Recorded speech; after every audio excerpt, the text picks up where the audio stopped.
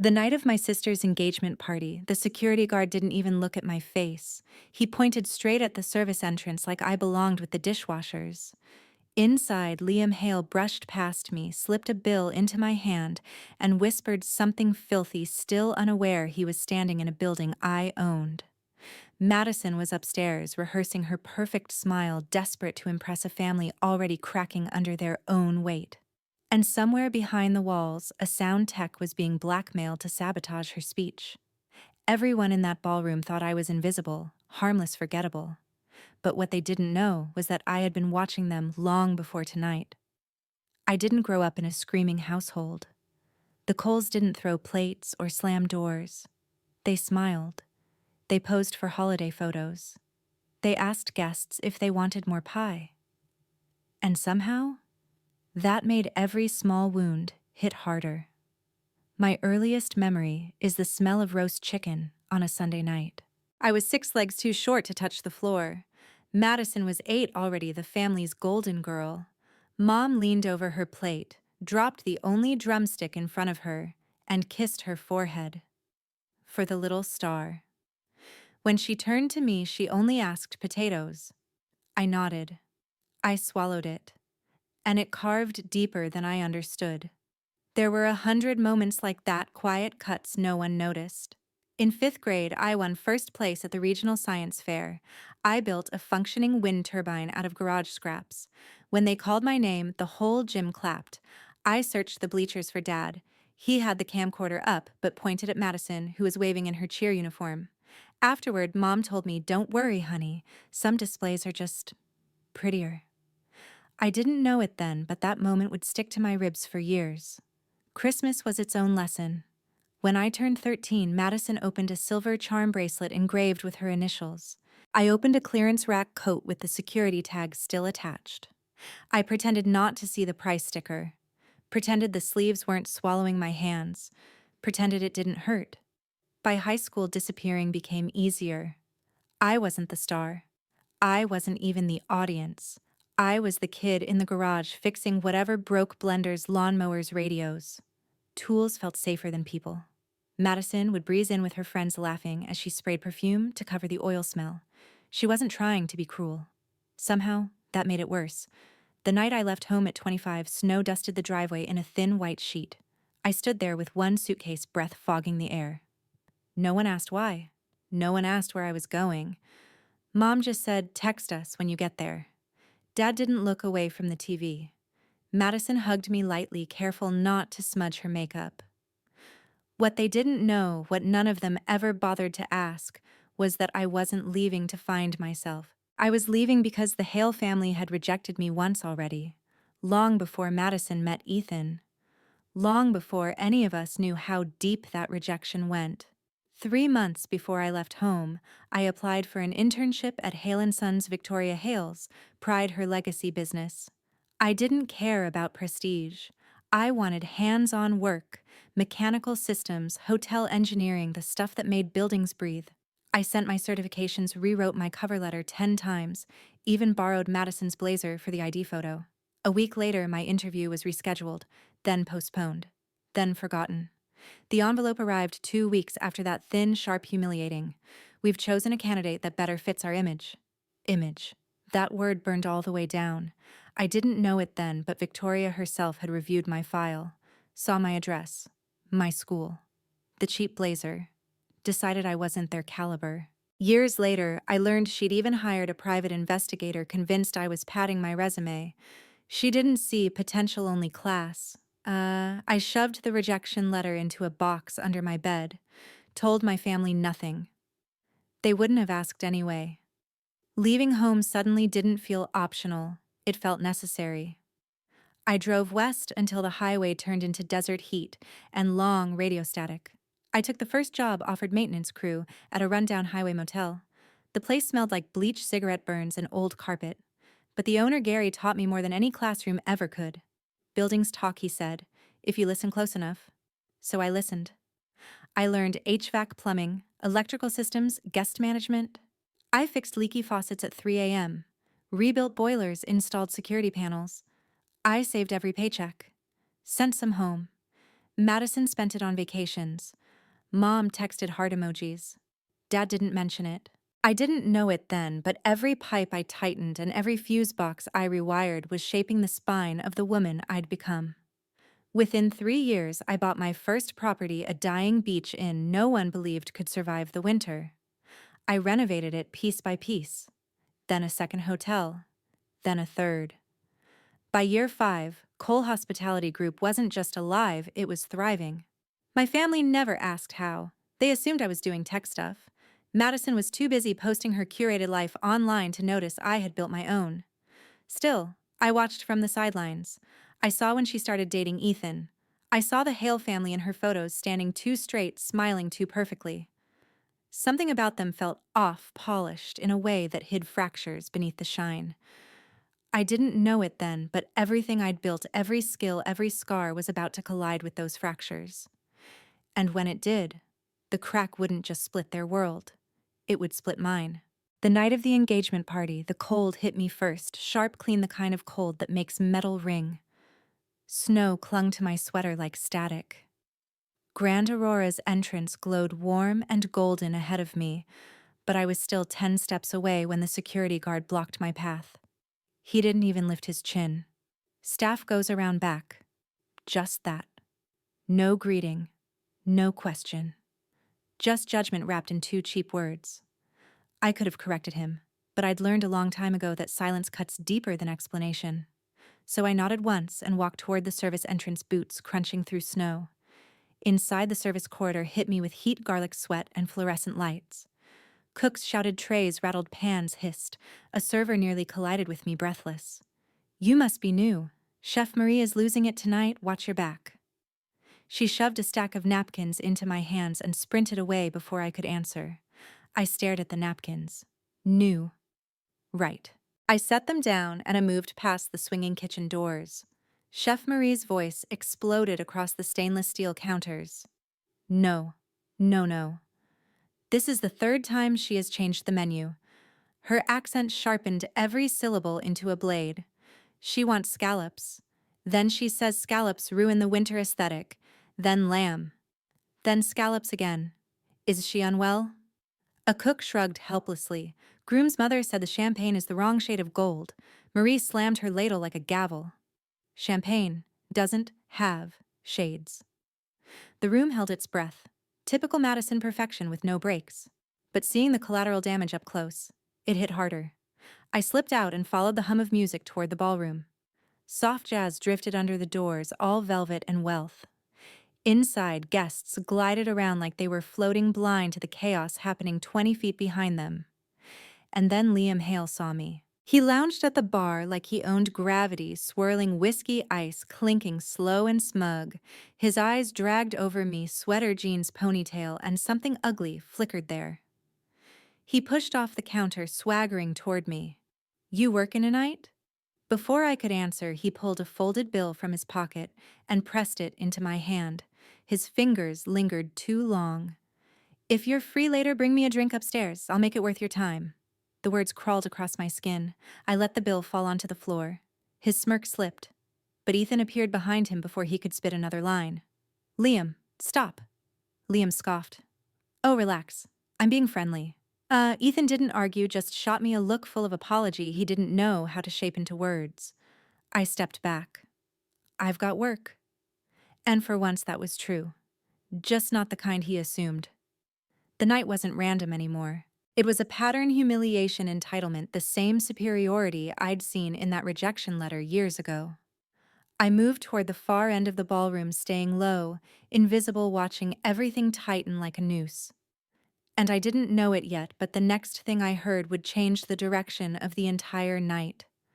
I slipped away from the bar, letting the noise fade behind me. The ballroom glittered in gold, but up close the lights flickered like they were holding their breath.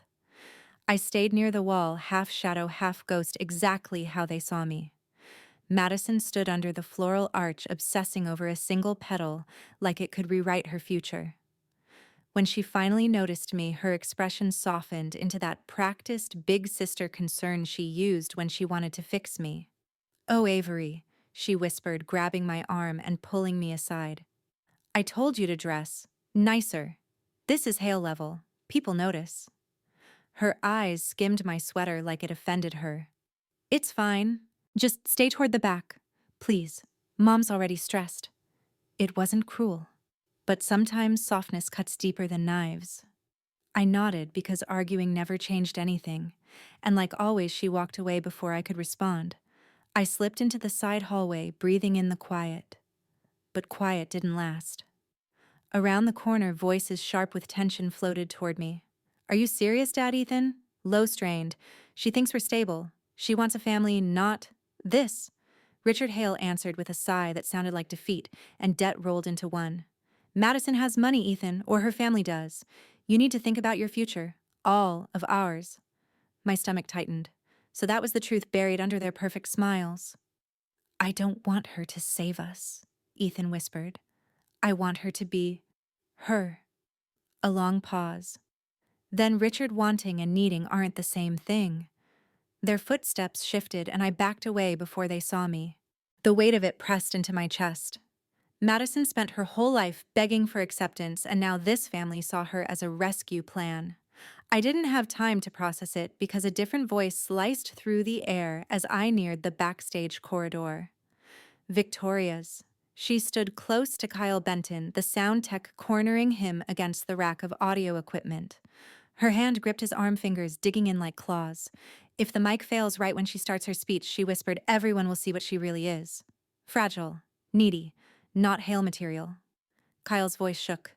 Mrs. Hale, I don't want to lose my job. Victoria leaned in her smile, venom sweet. You'll lose more than that if you don't cooperate. Remember the video? The one from last summer, I still have it. Kyle's face went pale, fear washing through him like a cold tide. My pulse froze. This wasn't picky in-law behavior. This was blackmail. Calculated, rehearsed, cruel. Kyle nodded in defeat and plugged a small device into the sound panel. A glitch trigger. Sabotage. I slipped away before either of them noticed me.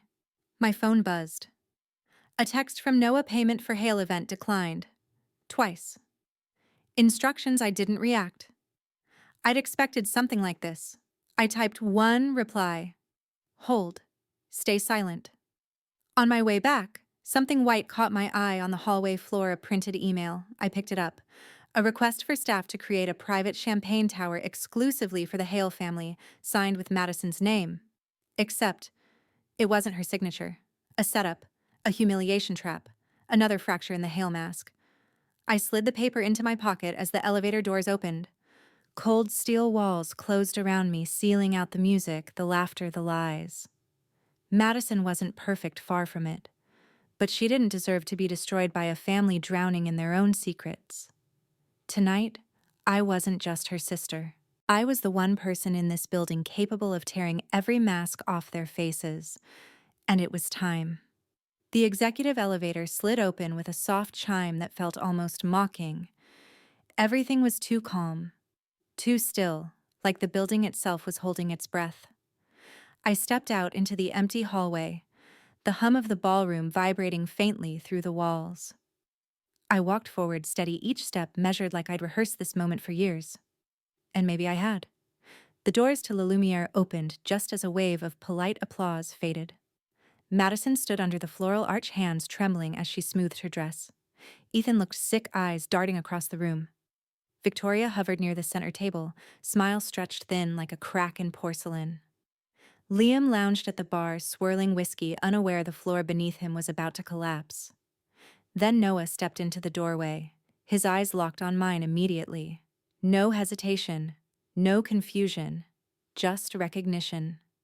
Miss Cole, he said, loud, clear, slicing through the chatter like a blade. We need your authorization on the Hale account. Silence dropped over the room in a single suffocating wave. Madison froze mid-turn. Ethan's brows pulled together. Victoria's face snapped toward me, confusion curdling into alarm. Liam straightened in his seat, suddenly sober. I walked to the center of the ballroom, the quiet following me like a shadow. Thank you, Noah, I said. I'll handle it. People whispered Miss Cole, but I didn't acknowledge them. I reached into my pocket, pulled out my phone, and connected it to the AV system. The massive screen behind the stage flickered, then glowed. Victoria stepped forward, voice tight. "What do you think you're doing? This is completely eye-tapped play." The ballroom gasped. On the screen, Victoria leaned toward Kyle, her hand gripping his arm nails, digging in. If the mic fails during her speech, she whispered, everyone will understand she's not Hale material. Kyle's voice trembled through the speakers. "Please, I don't want to lose my job." "Then do as you're told." The camera froze on her hand, clawing into his sleeve. Gasps turned into low, horrified murmurs. Madison stumbled backward, hand over her mouth. Ethan stared at his mother like he didn't recognize her. "That's not all," I said quietly. I opened the next file. Loan defaults, liens, foreclosure notices. Pages of red stamps, Hale and Sons collapsing under debt. Someone whispered, "Oh, my God." Victoria's face drained white. Richard's shoulders sagged like the truth had weight. And one more thing. The forged email filled the screen, the fake request from Madison demanding exclusive service for the Hale family. Madison shook her head, and tears rising. "Avery, I didn't write that. I swear I know I said. They wanted you isolated. Embarrassed." Victoria snapped. "You're doing this because I rejected your pathetic internship. You're bitter. That's what all this is." Her voice echoed across the room. Sharp cracked.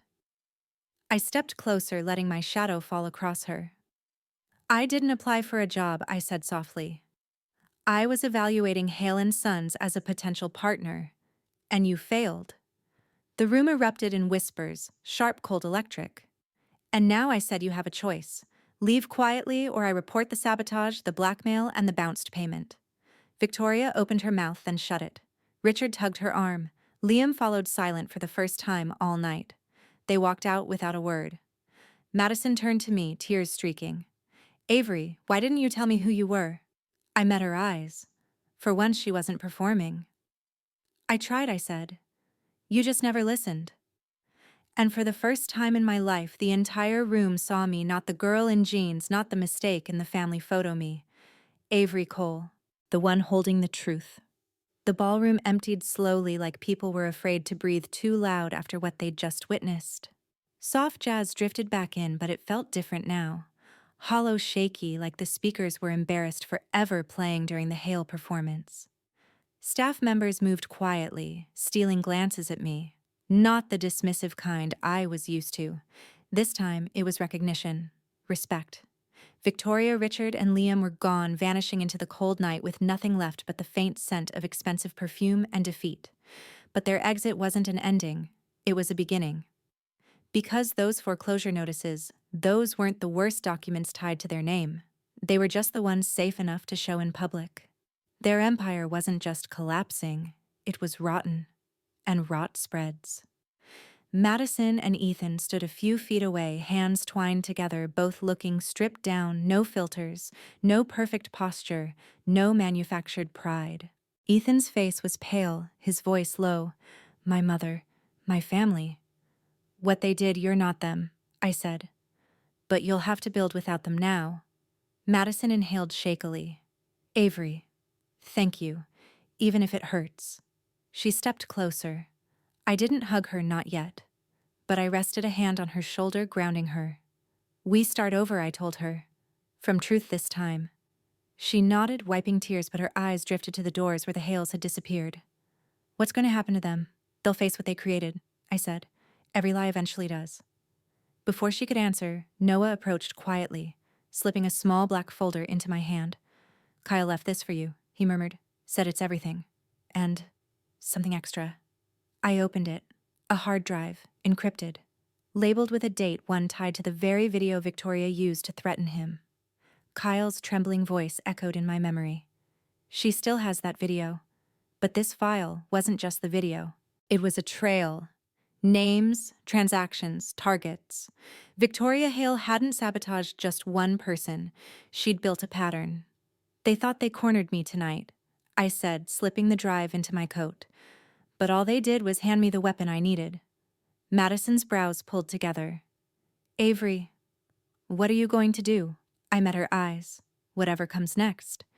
If you've ever felt like the outsider in your own family, hit like and subscribe." Stories like this don't just happen in fancy ballrooms, they happen in small kitchens, crowded living rooms, and quiet moments people pretend not to notice. And if you've ever been underestimated, ignored, or pushed aside, remember this silence isn't weakness. Sometimes it's strategy, sometimes it's power. Stay with me because this story isn't done. There are consequences waiting in the shadows, and truth has a way of finding the people who run from it. Subscribe so you don't miss what comes next.